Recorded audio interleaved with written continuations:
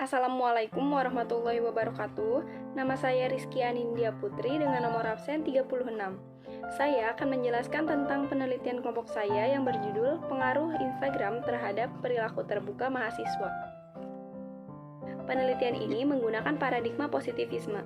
Positivisme adalah satu aliran yang menolak unsur metafisik dan teologik dari suatu realitas sosial.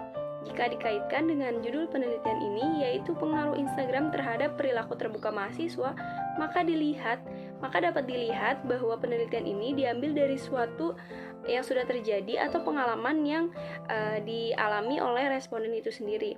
Dan data yang digunakan diperoleh melalui panca indera, induksi, juga observasi.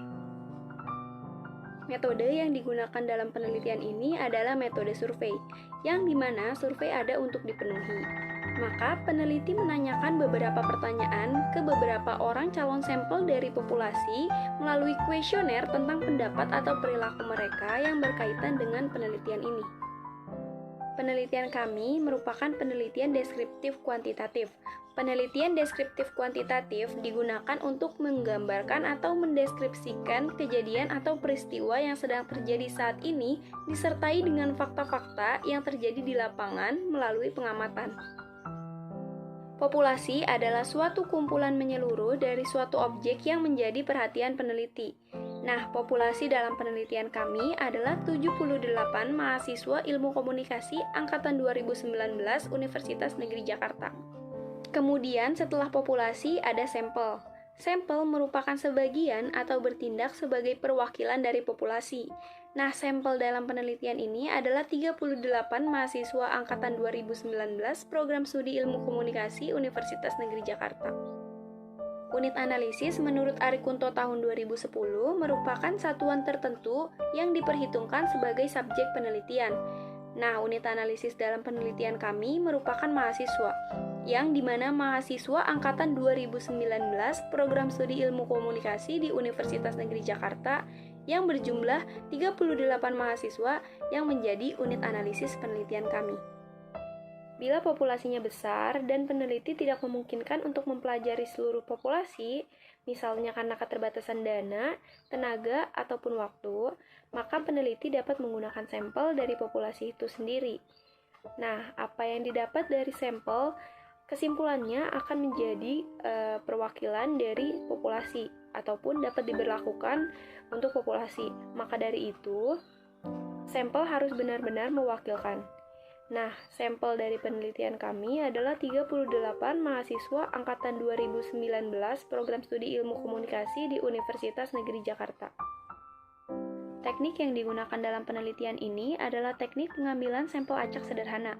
Margono tahun 2004 menyatakan bahwa simple random sampling adalah teknik untuk mendapatkan sampel yang langsung dilakukan pada unit sampling.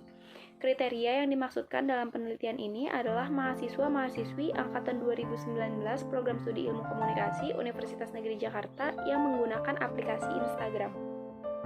Dalam penelitian ini, kuesioner atau angket digunakan sebagai media pengumpulan data primer yang digunakan dan menggunakan skala Likert, yaitu skala yang digunakan untuk mengukur sikap ataupun pendapat seseorang.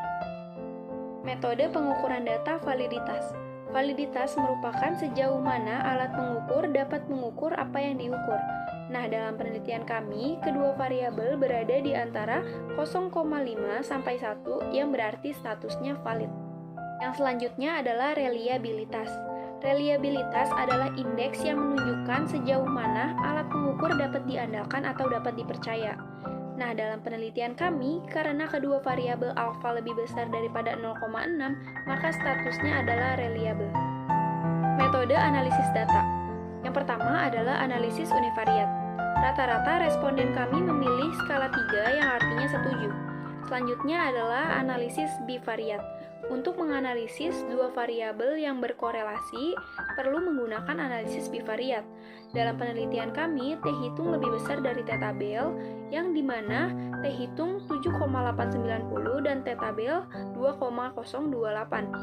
Nah, jika T hitung lebih besar dari T tabel, berarti variabel X mempengaruhi variabel Y.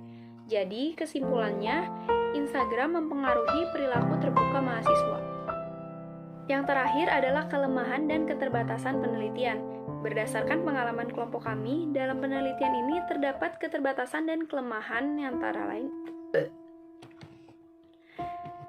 Yang terakhir adalah keterbatasan dan kelemahan penelitian. Berdasarkan pengalaman kelompok kami, dalam penelitian ini terdapat beberapa keterbatasan dan kelemahan, antara lain, yang pertama adalah jumlah responden yang hanya 38 mahasiswa dari total 78 mahasiswa.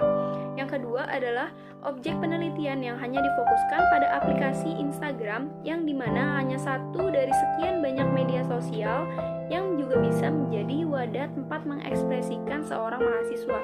Yang terakhir adalah, dalam proses pengumpulan data, informasi dari responden melalui kuesioner terkadang tidak menunjukkan pendapat responden yang sebenar-benarnya. Itu saja yang dapat saya jelaskan. Mohon maaf apabila banyak kekurangan. Wassalamualaikum warahmatullahi wabarakatuh.